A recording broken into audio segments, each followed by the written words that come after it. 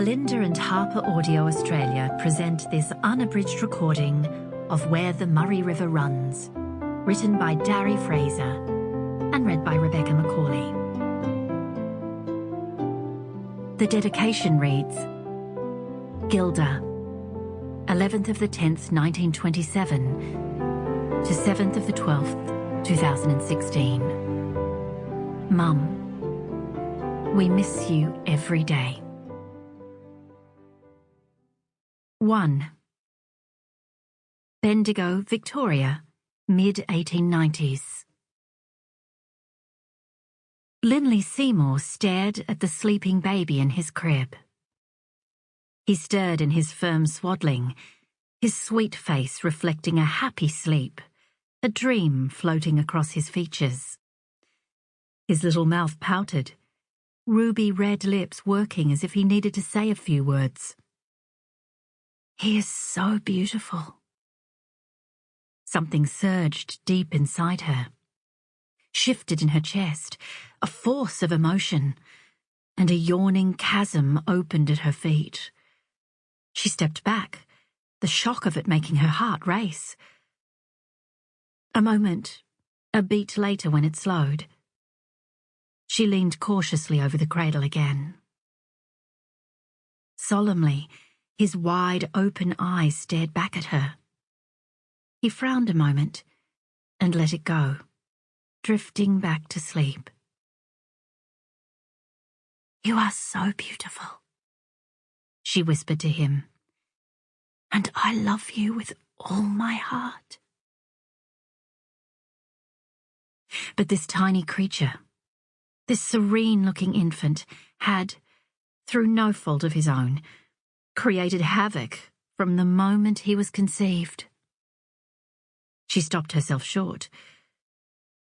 What was she thinking? Her Aunt Cee Cee wouldn't let a thought like that creep in. Cee Cee didn't judge anyone. In her work, she offered refuge to mothers and babies like this one, not judgment. She wouldn't blame a little child for the sins of his mother. Or his father. That was another matter. The bristling needled up Linley's back. She put a hand to her throat as heat crept over her neck and herded her thoughts back to her aunt. A few townsfolk knew how Cee Cee kept herself occupied. Certainly, some did pass judgment, but there were others who were very happy someone offered refuge, just as long as it wasn't asked of them. Linley rubbed her arms. At times she despaired for Cee Cee and their work. Of course it was important, and sometimes dangerous, so it had to be clandestine. The few folk who did know thought they were foolhardy, not brave or enlightened. It kept Linley on her toes to go about their business as quietly as possible. That meant life with Cee Cee was lively and engaging, if a little unsettling at times. Yet it seemed that the nature of her vocation had not had the slightest impact on her aunt's bearing.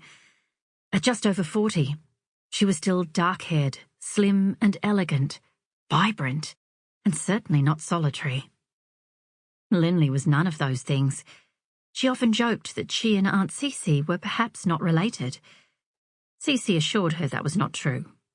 They were definitely related by blood. Aunt and niece. Of course, Linley didn't know enough of her father's side to attest to hair colour or any other attributes. She didn't remember him, and he was certainly never spoken of, ever.